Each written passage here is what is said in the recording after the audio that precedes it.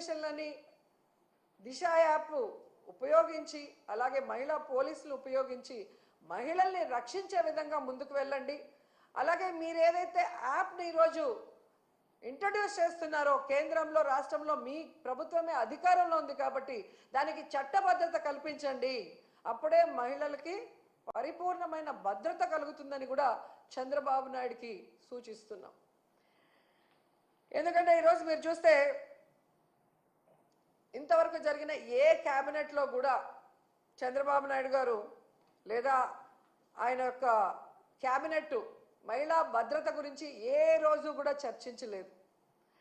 కానీ వ్యాపారులకి మద్యం వ్యాపారులకి కమిషన్ పెంచడానికి వాళ్ళు క్యాబినెట్లో డిస్కస్ చేశారు అంటే ఎంత సిగ్గుచేటో ఒకసారి ఆలోచించండి.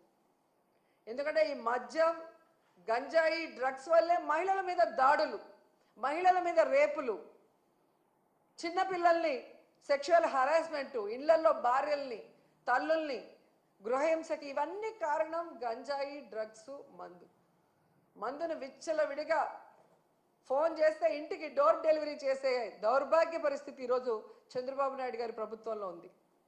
సాక్షాత్తు ముఖ్యమంత్రి గారు ప్రాతినిధ్యం వహిస్తున్న కుప్పంలో గంజాయి సాగు ఈరోజు ఎకరాలకు ఎకరాలు జరుగుతుంది. అలాగే ఈరోజు సీఎం గారు నివాసం ఉంటున్న ఈ గుంటూరు జిల్లాలో డ్రగ్స్కి అడ్డాగా మారింది.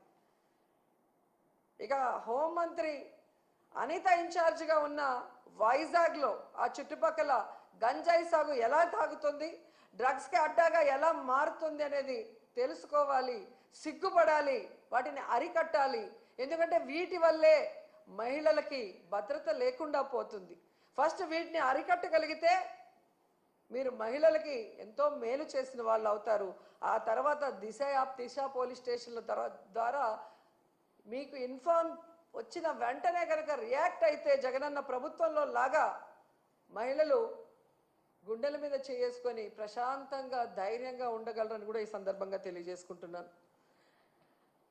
ముఖ్యంగా మహిళా దినోత్సవ సందర్భంగా డిప్యూటీ సీఎం పవన్ కళ్యాణ్ గారిని ఒక 2 క్వశ్చన్లు అడగాలనుకుంటున్నాను.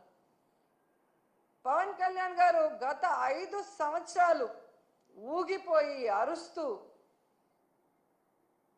మహిళల కోసం ఎంత మాట్లాడారో మనం చూసాం.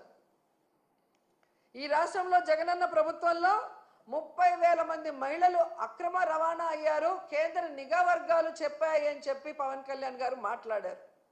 మరి ఈరోజు మీరు అధికారంలోకి వచ్చారు కదా, ఆ 30,000 మంది ఎక్కడున్నారో కేంద్ర నిఘా వర్గాలు మీకు చెప్పలేదా?